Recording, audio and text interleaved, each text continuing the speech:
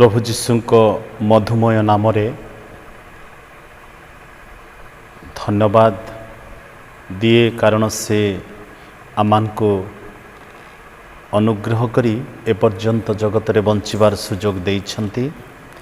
पुणी आज उपासना रे उपस्थित प्रत्येक प्रिय प्रभुंक दास दासी समस्त को मोर अंतरर शुभेच्छा एवं नमस्कार जनाए। आसंतु आज उपासना आरंभ करी मु पदे प्रार्थना करी आपण माने मो प्रार्थना रे मनोयोग करंतु। प्राणर प्रियतम प्रभु तुम महानामर धन्यवाद करुछु। तुम्हें अनुग्रह करी आमानक जीवन रे सुरक्षा दे एपर्यंत प्रतिपालन करिछ। तुमर धन्यवाद करू। तुम्हें आम पाई विश्वस्त प्रभु हेल। चतुर्दिगरे भय आतंक विभिन्न प्रकार दुख समस्या मध्य दे लोक माने गति कला बेले आमानक पाई मनोयोगी हेल। आमानक पाई विश्वस्त प्रभु हेल। आमानक जीवन निमंते समस्त प्रयोजन सकल दान करी एपर्यंत कढ़ाई आनिल। तुम नामर धन्यवाद करू। पुणी प्रार्थना करू आम जिते समय प्रभु तुमर निकटवर्ती हेबा पाए आसीछु आम प्रत्येक को तुम्हें कृपा कर। आज गीत वाक्य प्रार्थना तुम निकट रे सुगंधि धूपर न्याय प्रवेश करू। आम प्रत्येक को तुम्हें आशीर्वाद कर। धन्यवाद दो प्रार्थना शुणिल। सकल गौरव तुमको दे उपासनार अवशिष्ट समय को तुम हस्तर समर्पण करी जीशुंक नाम रे मागुअछु। आमेन। प्रभुंक महानामर धन्यवाद हो। पुनर्बार ए वर्षर षष्ठ मासरे प्रभु आमको अनुग्रह करी आउ षष्ठ मासर प्रथम उपासनार दिन रे तांको निकटवर्ती हेबा पाई सुजोग देइछंती।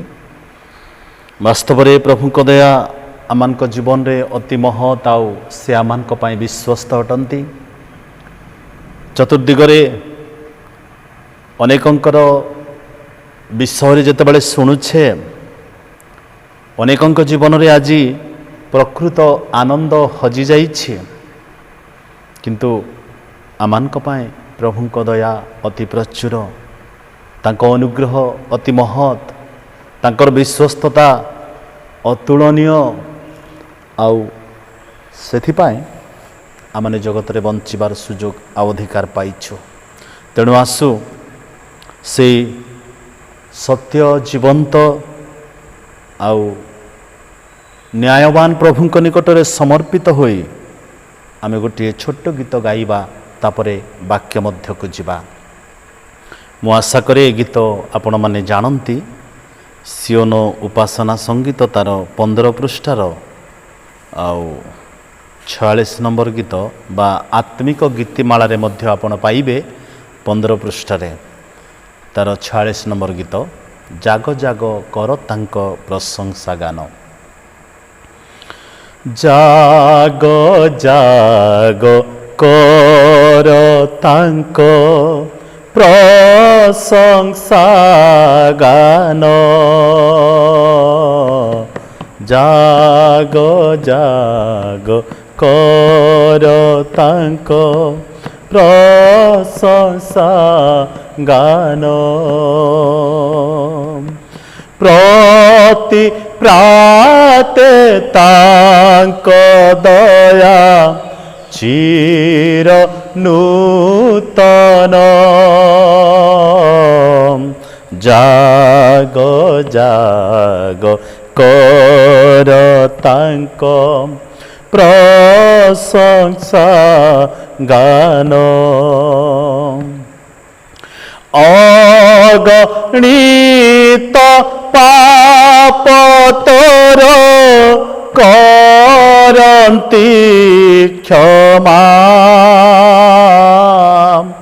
तांक प्रेम करुणार नाही तुलना।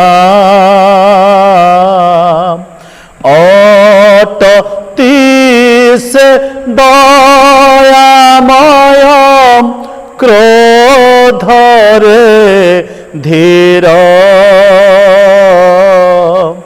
କହନ୍ତି ସେ ଅନୁଗ୍ରହ ଅଶେଷ ମୋର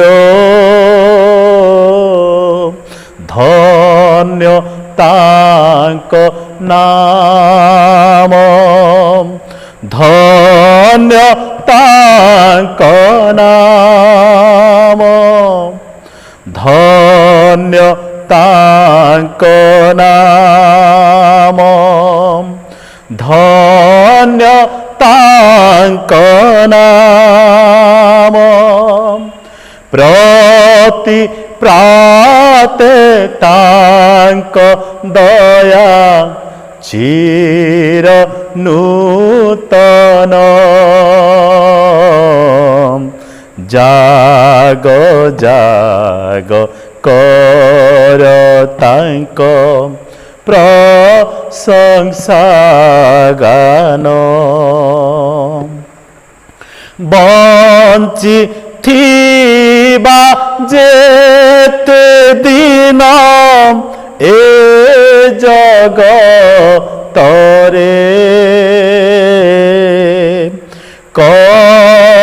କରୁଥିବା ଧନ୍ୟବାଦ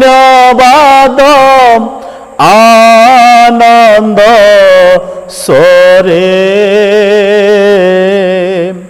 ଦୁଃଖ ନିନ୍ଦା ଅପମାନ ସହିବା ହସି ଝରୁଥିବ କଣ୍ଠୁ ଆମ ବନ୍ଦନା ଗୀତି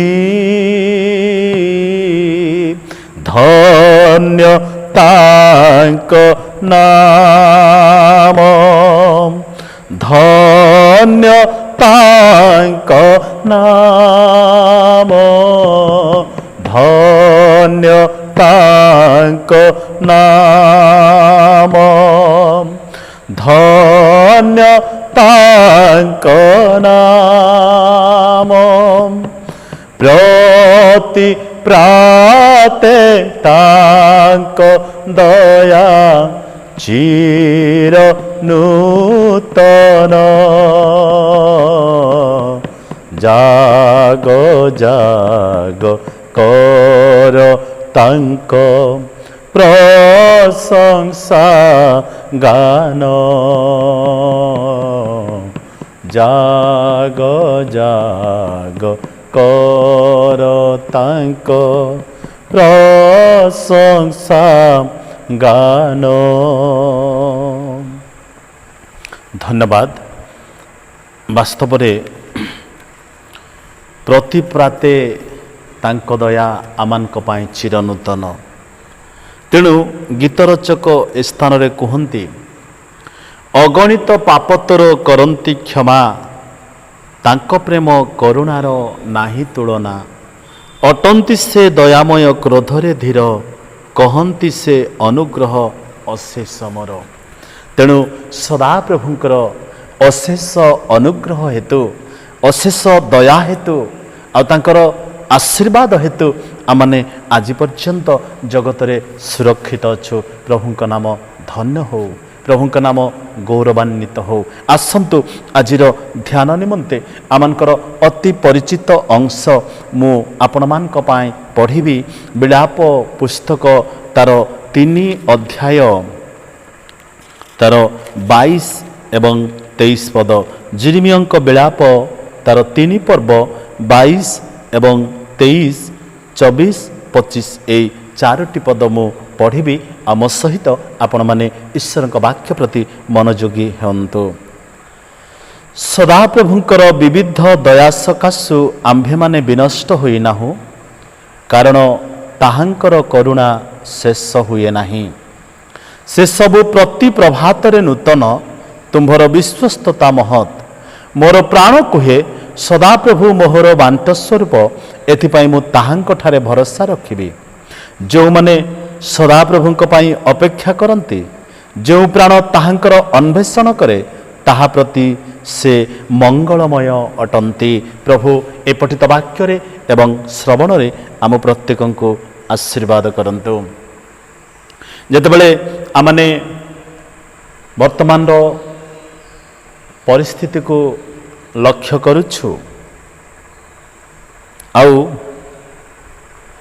ଈଶ୍ୱରଙ୍କର ବାକ୍ୟରୁ ଗୋଟିଏ କଥା ମନେ ପଡ଼େ, ଯେତେବେଳେ ମିଶ୍ରୀୟ ଲୋକମାନେ ସଦାପ୍ରଭୁଙ୍କ ବିରୁଦ୍ଧରେ ପୁଣି ସଦାପ୍ରଭୁଙ୍କ ଅଭିଷିକ୍ତ ବ୍ୟକ୍ତିମାନଙ୍କ ବିରୁଦ୍ଧରେ କଥା କହିଲେ ଆଉ ସେମାନଙ୍କ ଜୀବନରେ ଅନେକ ପ୍ରକାର ଦଣ୍ଡ ଆସିଲା। ବାଇବଲରୁ ଗୋଟିଏ ପଦ ମୋତେ ମନେ ପଡ଼େ, ଆଉ ଗୋଟିଏ ପରେ ଗୋଟିଏ ସେମାନଙ୍କ ଜୀବନରେ କଷ୍ଟ ଆସିଲା। ଆଉ କିଛି ସପ୍ତାହ ତଳେ ଆମମାନେ ଆଲୋଚନା କରୁଥିଲେ ଯେ ମହାମାରୀ କାହିଁକି ବାଇବଲରେ ଈଶ୍ୱରଙ୍କ ଲୋକମାନଙ୍କ ମଧ୍ୟରେ ଘଟିଛି, ଆଉ ତାର ମୂଳ କାରଣକୁ ଯେତେବେଳେ ଆମମାନେ ଦେଖୁ, ପରମେଶ୍ୱରଙ୍କର ଲୋକମାନଙ୍କର ଜୀବନର ଦୁର୍ବଳତା, ନେତାମାନଙ୍କର ବା ନେତୃବର୍ଗୀୟ ଲୋକମାନଙ୍କର ପ୍ରଭୁ ଭୟର ଅଭାବ, ଆଉ ସେଇଥିପାଇଁ ସେମାନଙ୍କ ଜୀବନରେ ମହାମାରୀ ଆସିଥିବା କଥା ଆମମାନେ ପବିତ୍ର ଧର୍ମଶାସ୍ତ୍ର ବାଇବଲରେ ଦେଖିବାକୁ ପାଉ। ଆଜି ଯେଉଁ ଅଂଶଟି ଆମମାନେ ପଢ଼ିଲୁ, ଏଇ ଜିରିମିୟ ଭବିଷ୍ୟତ ବକ୍ତାଙ୍କର ପୁସ୍ତକ। ଜିରିମିୟ ଯେତେବେଳେ ଇସ୍ରାଏଲ ଲୋକମାନେ ବନ୍ଦିତ୍ୱ ଅବସ୍ଥାରେ ଅଛନ୍ତି, ଯେତେବେଳେ ସେମାନେ ଏ ପ୍ରକାର ବନ୍ଧନ ଅବସ୍ଥାରେ ଥିଲେ, ଯେଉଁ ବନ୍ଧନ କି ସେମାନଙ୍କୁ ଶାରୀରିକ ଭାବରେ ମଧ୍ୟ ସ୍ୱଚ୍ଛନ୍ଦ ଭାବରେ ଜୀବନ ଅତିବାହିତ କରିବାକୁ ଅନୁମତି ଦେଉନଥିଲା, ଏ ପ୍ରକାର ବନ୍ଧନରେ ସେମାନେ ଥିବାବେଳେ, ଆଉ ସେମାନଙ୍କର ଯେଉଁ ବନ୍ଧନ ଥିଲା, ସେମାନେ ଶାରୀରିକ ଭାବେ, ମାନସିକ ଭାବେ, ପୁଣି ଆତ୍ମିକ ଭାବରେ ବନ୍ଧନ ଅବସ୍ଥାରେ ଥିଲେ। କିନ୍ତୁ ଜିରିମିୟ ସେ ବନ୍ଧନ ଅବସ୍ଥାରେ ଥିବାବେଳେ ମଧ୍ୟ ଆମ୍ଭର ଲୋକମାନେ, ସଦାପ୍ରଭୁଙ୍କ ଲୋକମାନେ କି ପ୍ରକାର ସଦାପ୍ରଭୁ ଆପଣା ଲୋକମାନଙ୍କୁ ସୁରକ୍ଷା ଦେଇଅଛନ୍ତି, ତାହା ସେ ଏ ସ୍ଥାନରେ ବର୍ଣ୍ଣନା କରିଅଛନ୍ତି।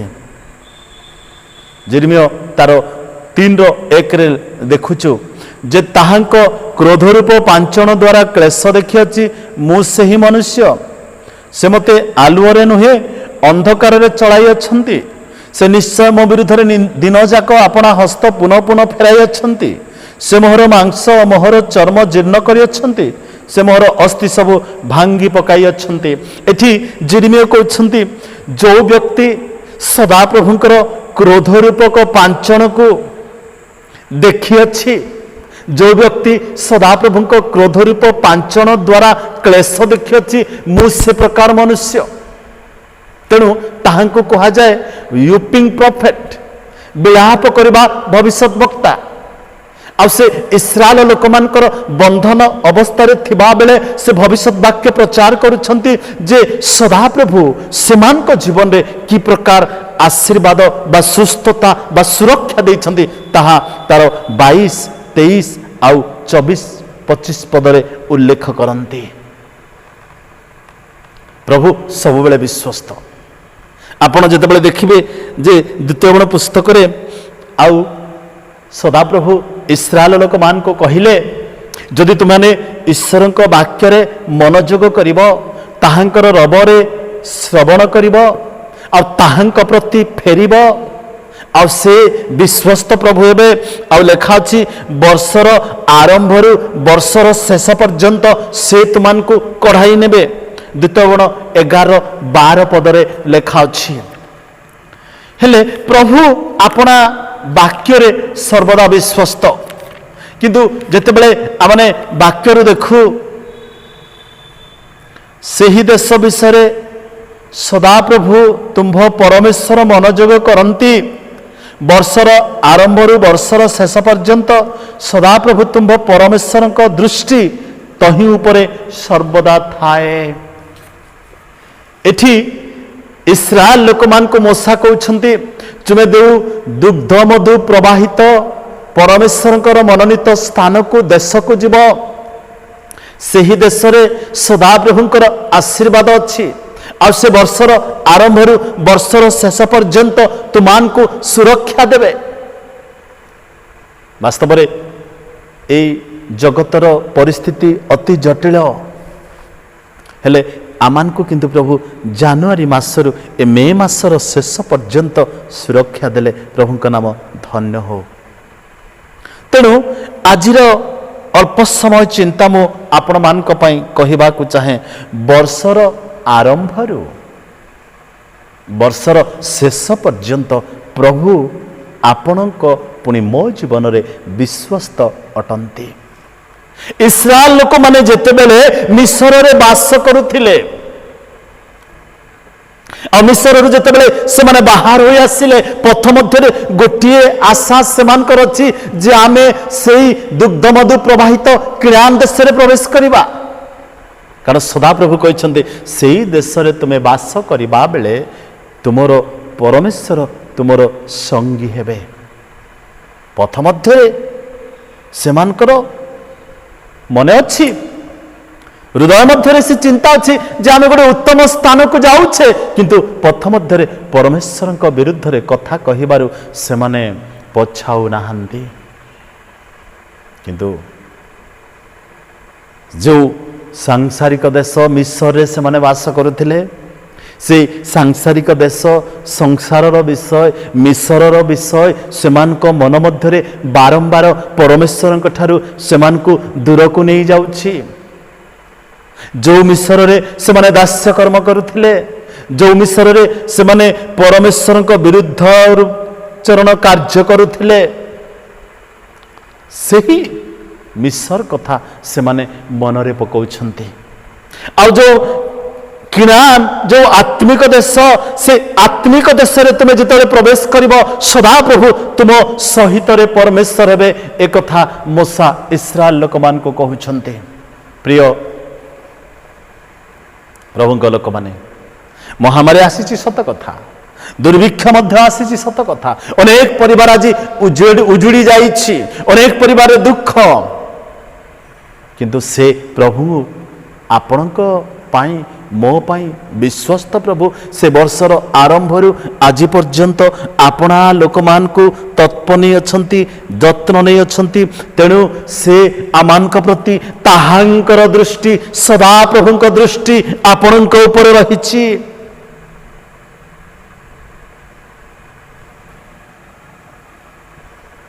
ଆପଣ ଯେତେ ନିଜକୁ ପରମେଶ୍ୱରଙ୍କ ଠାରୁ ଲୁଚାଇବାକୁ ଇଚ୍ଛା କଲେ ମଧ୍ୟ ସଦାପ୍ରଭୁଙ୍କର ଦୃଷ୍ଟି କିନ୍ତୁ ଆପଣଙ୍କ ଉପରେ ରହିଛି। ତେଣୁ ପ୍ରିୟ ପ୍ରଭୁଙ୍କ ଲୋକମାନେ, ଆପଣ ଜାନୁଆରୀ ମାସର ଆରମ୍ଭରୁ ଆଜି ହେଲାଣି ଯେ ଜୁନ୍ ମାସର ଏ ପ୍ରଥମ ସପ୍ତାହ ପର୍ଯ୍ୟନ୍ତ ଆପଣ ସୁରକ୍ଷିତ ଅଟନ୍ତି। ତେଣୁ ଗୀତ ରଚକ ଗୀତ ସଂହିତାର 139 ଦାଉଦଙ୍କର ଗୀତ, ସେ କହୁଛନ୍ତି, କାରଣ ହେ ସଦାପ୍ରଭୁ ଦେଖ, ଯାହା ତୁମ୍ଭକୁ ସମ୍ପୂର୍ଣ୍ଣ ଗୋଚର ନୁହେଁ, ଏପରି ଗୋଟିଏ କଥା ମୋ ଜିହ୍ବାରେ ନାହିଁ। ପ୍ରଥମରେ ଆମେ ଦେଖୁଛେ ସଦାପ୍ରଭୁଙ୍କର ଦୃଷ୍ଟି ଆପଣଙ୍କ ଉପରେ ରହିଛି। ତେଣୁ ଆଜିର এই ମହାମାରୀର ସମୟରେ ଲୋକମାନଙ୍କ ଜୀବନରେ ଦୁଃଖ ଆଉ ମୃତ୍ୟୁ ଆଉ ସମସ୍ୟା ମଧ୍ୟ ଦେଇ ଗଲାବେଳେ ଆପଣଙ୍କ ପ୍ରତି ସଦାପ୍ରଭୁଙ୍କ ଦୃଷ୍ଟି ରହିଥିବାରୁ ଆପଣ ଆଉ ମୁଁ ସୁରକ୍ଷିତ ଅଟୁ। ତେଣୁ ଏଠି ଲେଖା ଅଛି, ତୁମ୍ଭକୁ ସମ୍ପୂର୍ଣ୍ଣ ଗୋଚର ନୁହେଁ, ଏପରି ଗୋଟିଏ କଥା ମୋ ଜିହ୍ବାରେ ନାହିଁ। ପ୍ରଭୁ ଦାଉଦ ପ୍ରାର୍ଥନା କରୁଛନ୍ତି, ଆଉ ସେ କହୁଛନ୍ତି, ପ୍ରଭୁ ତୁମେ ମୋର ଗମନ, ତୁମେ ମୋର ଶୟନ ଅନୁସନ୍ଧାନ କରୁଅଛ, ମୋର ସକଳ ଗତିକୁ ଜାଣୁଅଛ। ଆଉ ଲେଖା ଅଛି, ତୁମେ ମୋର ବସିବାର ଉଠିବାର ଜାଣୁଅଛ, ତୁମେ ଦୂରରୁ ମୋହର ସଂକଳ୍ପ ବୁଝୁଅଛ। ପ୍ରଭୁଙ୍କ ନାମ ଧନ୍ୟ ହଉ। ସଦାପ୍ରଭୁଙ୍କ ଦୃଷ୍ଟି, ପରମେଶ୍ୱରଙ୍କ ଦୃଷ୍ଟି ଆପଣଙ୍କ ଉପରେ, ମୋ ଉପରେ, ଆମ ମଣ୍ଡଳୀ ଉପରେ ରହିଥିବାରୁ ଆଜି ଆମେ ସମସ୍ତେ ସୁରକ୍ଷିତ। ପ୍ରଭୁଙ୍କ ନାମ ଧନ୍ୟ ହଉ। ପିତରଙ୍କର ଜୀବନର ସାକ୍ଷ୍ୟ ମୋତେ ମନେ ପଡ଼େ। ପିତର କହିଲେ, ପ୍ରଭୁ ଆପଣ ଜାଣନ୍ତି ମୁଁ ଆପଣଙ୍କୁ କେତେ ପ୍ରେମ କରେ। ଦାଉଦ କହିଲେ, ପ୍ରଭୁ ଆପଣ ସବୁ ଜାଣନ୍ତି, ମୋର ବସିବାର, ମୋର ଉଠିବାର, ମୋର ଗମନ, ମୋର ଶୟନ, ମୋର ସମସ୍ତ ବିଷୟକୁ ତୁମେ ଅନୁସନ୍ଧାନ କରୁଅଛ।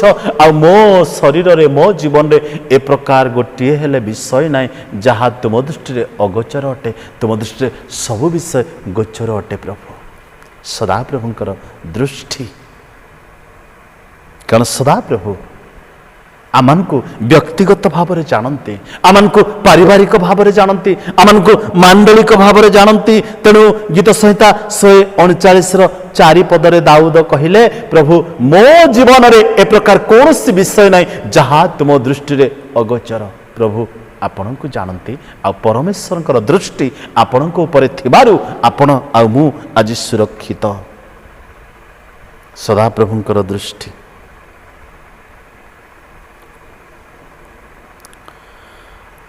ତାହାଙ୍କର ଚକ୍ଷୁ ସର୍ବଦା ନିରୀକ୍ଷଣ କରନ୍ତି।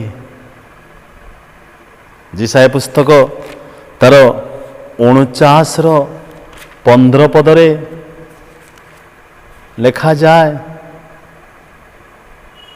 ସ୍ତ୍ରୀ ଲୋକ ଆପଣା ଗର୍ଭଜାତ ପୁତ୍ରଙ୍କୁ ସ୍ନେହ ନ କରିକି ଆପଣା ସ୍ତନ୍ୟପାୟୀ ଶିଶୁକୁ ପାଶୋରି ପାରିବ? ହଁ, ଏମାନେ ପାଶୋରି ପାରନ୍ତି, ତଥାପି ଆମ୍ଭେ ତୁମ୍ଭକୁ ପାଶୋରିବା ନାହିଁ।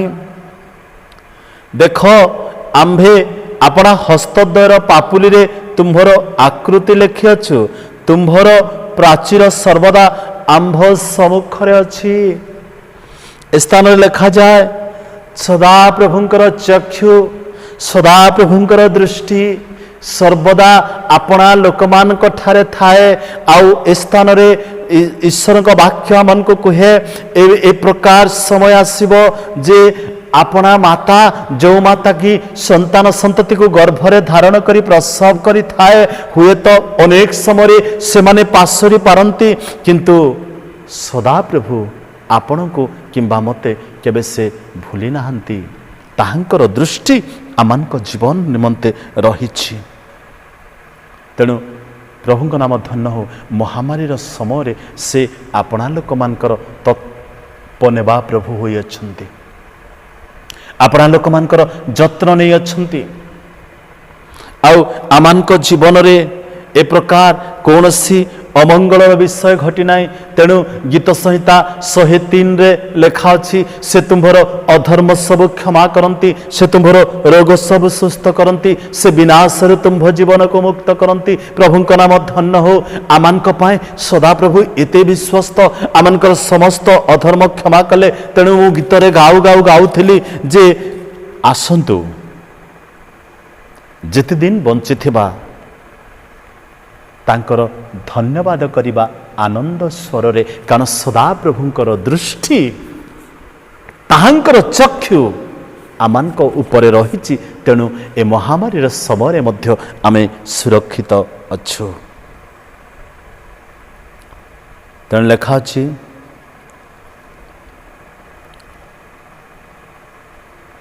ପରମେଶ୍ୱର କ ଚକ୍ଷୁ ସର୍ବଦା ଆମମାନଙ୍କ ଉପରେ ରହିଛି। ତେଣୁ ଯିଶାୟ ସ୍ଥାନରେ କୁହନ୍ତି, ଆପଣା ହସ୍ତଦ୍ୱୟର ପାପୁଲିରେ ତୁମ୍ଭର ଆକୃତି ଲେଖିଅଛୁ, ତୁମ୍ଭର ପ୍ରାଚୀର ସର୍ବଦା ଆମ୍ଭ ସମ୍ମୁଖରେ ଅଛି। ଯିଶାୟ ଇସ୍ରାଏଲ ଲୋକମାନଙ୍କ ମଧ୍ୟରେ ଭବିଷ୍ୟତବାଣୀ ପ୍ରଚାର କଲାବେଳେ କୁହନ୍ତି, ସଦାପ୍ରଭୁ ପରମେଶ୍ୱର ଏହି କଥା କୁହନ୍ତି, ଆପଣାର ହସ୍ତଦ୍ୱୟର ପାପୁଲିରେ ତୁମ୍ଭର ଆକୃତିକୁ ଲେଖିଅଛନ୍ତି, ଆଉ ସଦାପ୍ରଭୁଙ୍କର ଦୃଷ୍ଟି ତୁମ ଉପରେ ସର୍ବଦା ରହିଛି, ଆଉ ତାହାଙ୍କର ଚକ୍ଷୁ ସର୍ବଦା ତୁମାନଙ୍କ ଉପରେ ନିରୀକ୍ଷଣ କରେ। ତେଣୁ ବର୍ଷର ଆରମ୍ଭରୁ ବର୍ଷର ଶେଷ ପର୍ଯ୍ୟନ୍ତ ସେ ଆପଣଙ୍କୁ ଆଉ ମୋତେ ଏପର୍ଯ୍ୟନ୍ତ ଜୀବିତ ରଖି ଅଛନ୍ତି। ଏ ମହାମାରୀ ଆଉ ଦୁର୍ଭିକ୍ଷ, ଅଭାବ, ଅନାଟନ, ମୃତ୍ୟୁ, ସଙ୍କଟ ସମୟରେ ମଧ୍ୟ ପ୍ରଭୁ ଆମମାନଙ୍କୁ ସୁରକ୍ଷା ଦେଇଅଛନ୍ତି। ପ୍ରିୟ ପ୍ରଭୁଙ୍କ ଲୋକମାନେ,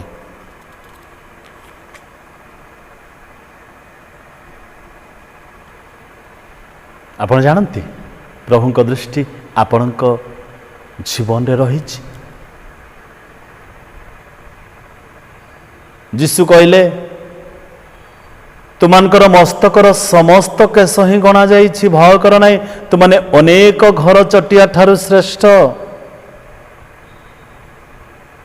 ଯୀଶୁ କହିଲେ, ମସ୍ତକର କେଶ ଗଣିବା ପ୍ରଭୁ, ସେ ପ୍ରଭୁ ଆପଣଙ୍କ ଉପରେ ଆଉ ମୋ ଉପରେ ସର୍ବଦା ତାହାଙ୍କର ଦୃଷ୍ଟି ରଖିଅଛନ୍ତି। ତେଣୁ ପ୍ରଭୁଙ୍କ ମହାନାମର ଧନ୍ୟ ହଉ, ଆମେ ସୁରକ୍ଷିତ ଅଛୁ। ସବୁବେଳେ ଆମେ ବଡ଼ ଜୋରରେ କହୁ ଯେ ଏ ମହାମାରୀ ଆମମାନଙ୍କ ଜୀବନକୁ ସ୍ପର୍ଶ କରି ନାହିଁ, ଆମ ପରିବାରକୁ କୌଣସି କ୍ଷତି ହେବାକୁ ଦେଇନାହିଁ। କିନ୍ତୁ ଆସୁ ସଦାପ୍ରଭୁଙ୍କ ଠାରୁ ସମସ୍ତ ମଙ୍ଗଳ ଦାନ, ଆଶୀର୍ବାଦ, ସୁରକ୍ଷା, ସୁସ୍ଥତା, ଉପଶମ ଲାଭ କଲା ପରେ ଆମେ ପରମେଶ୍ୱରଙ୍କ ନିକଟରେ କ'ଣ ପ୍ରତିଦାନ କରୁଛୁ?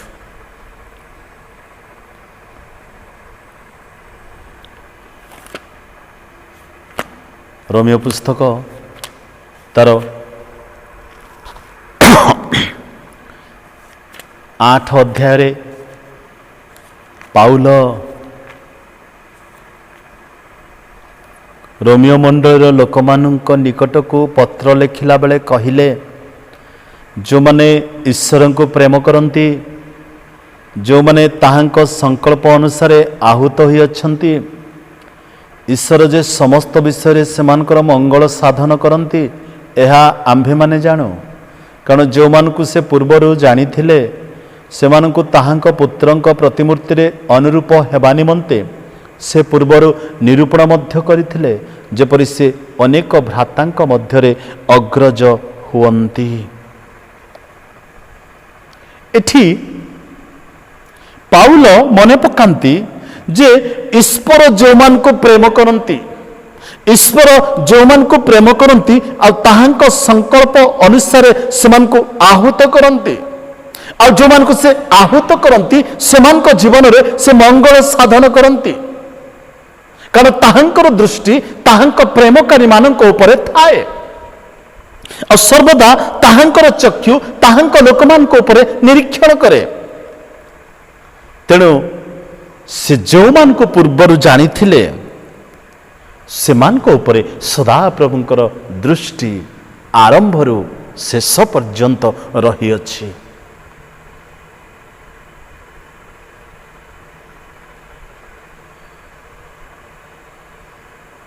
ଅନେକ ଲୋକମାନେ ଆଜି କଷ୍ଟରେ ଦୁଃଖରେ ଥିବା ବେଳେ, ମନୁଷ୍ୟ ଜୀବନରେ ଯେତେବେଳେ ସମସ୍ୟା ଆସେ, ଶାରୀରିକ ଅସୁସ୍ଥତା ଆସେ, ଆଉ ଯେତେବେଳେ ମନୁଷ୍ୟ ମୃତ୍ୟୁ ସହିତ ସଂଘର୍ଷ କରିବାକୁ ଗୋଟିଏ ପରିସ୍ଥିତି ତା ଜୀବନରେ ଆସେ, ଆଉ ସେ ହେଉଛି ଗୋଟିଏ ସୁନ୍ଦର ସମୟ ଯେ ପରମେଶ୍ୱରଙ୍କ ନିକଟରେ ନିଜକୁ ସମର୍ପଣ କରିବା, ସମର୍ପିତ ହେବା, ଭଗ୍ନ ଆଉ ଚୂର୍ଣ୍ଣ ହୃଦୟର ସହିତ ତାହାଙ୍କ ନିକଟରେ ପ୍ରାର୍ଥନା କରିବା।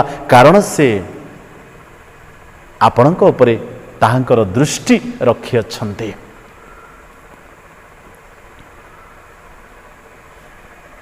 ଆଉ ଏଇ ଯୋଉ ଅଂଶଟି ଆମେ ପଢିଲୁ, ପରମେଶ୍ୱର ଆପଣା ଲୋକମାନଙ୍କ ପାଇଁ ମନୋଯୋଗୀ, ଆଉ ଆପଣା ଲୋକମାନଙ୍କ ପାଇଁ ସର୍ବଦା ସେ ଯତ୍ନଶୀଳ ତତ୍ପର ହୁଅନ୍ତି। ଆଉ ପରମେଶ୍ୱର ଆଉ ମନୁଷ୍ୟ ମଧ୍ୟରେ ଯୋଉ ସମ୍ପର୍କ ଆଉ ସୁଦୃଢ଼ କରିବାକୁ ବୁଝାଏ। ତେଣୁ ସେ ଜିରିମିୟ ବେଳା ପରେ ଜିରିମିୟ ଭବିଷ୍ୟତ ବକ୍ତା କହିଲେ, ସଦାପ୍ରଭୁଙ୍କର ବିବିଧ ଦୟା ସକାଶୁ ଆମ୍ଭେମାନେ ବିନଷ୍ଟ ହୋଇନାହୁଁ, ଯେଉଁମାନେ ସଦାପ୍ରଭୁଙ୍କ ପାଇଁ ଅପେକ୍ଷା କରନ୍ତି, ଯେଉଁ ପ୍ରାଣ ତାହାଙ୍କର ଅନ୍ୱେଷଣ କରେ, ତାହା ପ୍ରତି ସେ ମଙ୍ଗଳମୟ ଅଟନ୍ତି।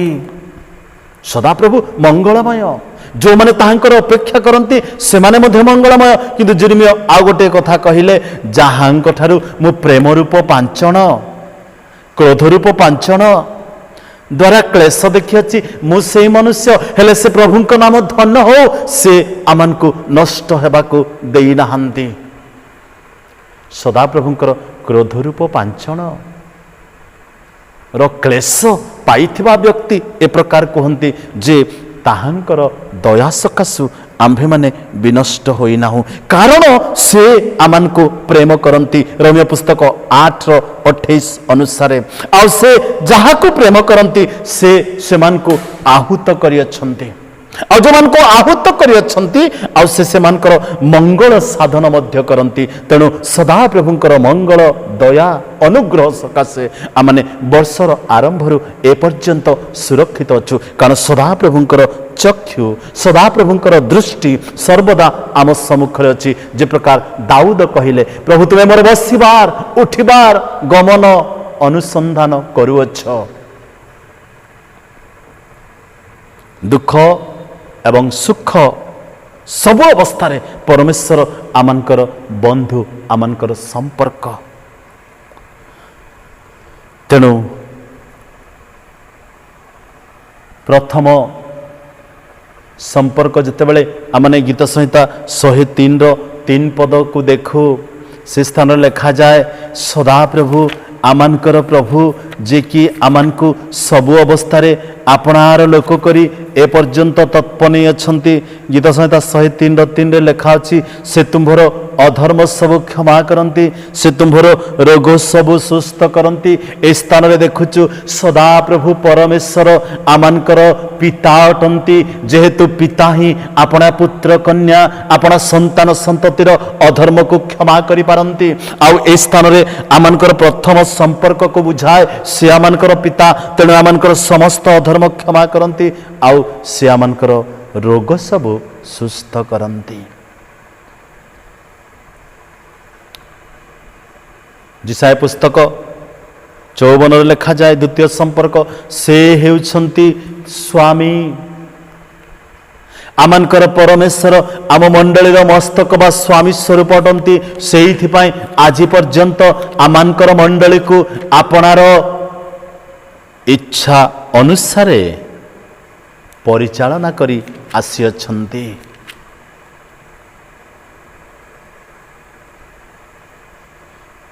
ତୁମ୍ଭର ନିର୍ମାଣକର୍ତ୍ତା ତୁମ୍ଭର ସ୍ୱାମୀ ଅଟନ୍ତି। ସୈନ୍ୟାଧିପତି ସଦାପ୍ରଭୁ ତାହାଙ୍କର ନାମ, ଓ ଇସ୍ରାଏଲ ଧର୍ମସ୍ୱରୂପ ତୁମ୍ଭର ମୁକ୍ତିଦାତା। ସେ ସମୁଦାୟ ପୃଥିବୀର ପରମେଶ୍ୱର ବୋଲି ବିଖ୍ୟାତ ହେବେ। ପ୍ରଭୁ ଆମମାନଙ୍କୁ ସୁରକ୍ଷା ଦେଇ ଆସିଅଛନ୍ତି ଆଉ ସେ ଆମଙ୍କର ବନ୍ଧୁ ହୋଇ ଏପର୍ଯ୍ୟନ୍ତ ଆମମାନଙ୍କୁ ପ୍ରତିପାଳନ କରିଅଛନ୍ତି। ଜହନ 15 ଅଧ୍ୟାୟରେ ଯୀଶୁ କୁହନ୍ତି, ମୁଁ ଆଉ ତୁମମାନଙ୍କୁ ଦାସ ବୋଲି କହୁନାହିଁ, ମାତ୍ର ତୁମ୍ଭେମାନେ ମୋହର ବନ୍ଧୁ।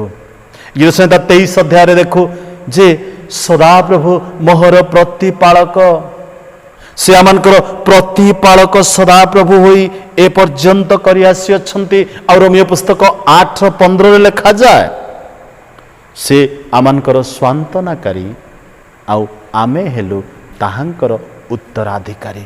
ତେଣୁ ପ୍ରଭୁ ଆମମାନଙ୍କୁ ଏପର୍ଯ୍ୟନ୍ତ ଆମ ଜୀବନରେ ସଫଳତା ମଙ୍ଗଳଦାନ ଆଉ ସମସ୍ତ ମହାମାରୀରୁ ଏ ମଣ୍ଡଳୀକୁ ସୁରକ୍ଷା ଦେଇଛନ୍ତି। ପ୍ରିୟ ପ୍ରଭୁଙ୍କ ଲୋକମାନେ, ଆମଙ୍କର କର୍ତ୍ତବ୍ୟ କ'ଣ?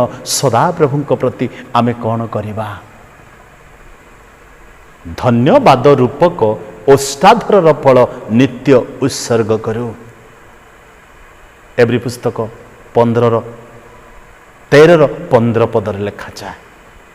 ଆଉ ରୋମିଓ 12 ଲେଖାଯାଏ, ଆପଣା ଆପଣା ଶରୀରକୁ ସଜୀବ ପବିତ୍ର ଈଶ୍ୱରଙ୍କ ସୁଗ୍ରାହ୍ୟ ବଳି ରୂପେ ଉତ୍ସର୍ଗ କର, ଏଇଆ ହିଁ ତୁମାନଙ୍କର ଯୁକ୍ତିଯୁକ୍ତ ଉପାସନା। ପ୍ରିୟ ପ୍ରଭୁଙ୍କ ଲୋକମାନେ, ସଦାପ୍ରଭୁଙ୍କ ଠାରୁ ସମସ୍ତ ମଙ୍ଗଳଦାନ ଆଶୀର୍ବାଦ ଅନୁଗ୍ରହ ଲାଭ କରି ଆଜି ଯେତେବେଳେ ଜଗତରେ ସୁରକ୍ଷିତ ଅଛୁ, ଆମେ ପରମେଶ୍ୱରଙ୍କ ପ୍ରତି କ'ଣ କରିବା? ଧନ୍ୟବାଦର ନୈବେଦ୍ୟ ଉତ୍ସର୍ଗ କରିବା। କାରଣ ସଦାପ୍ରଭୁ ଆମଠାରୁ ତାହା ହିଁ ଚାହାନ୍ତି।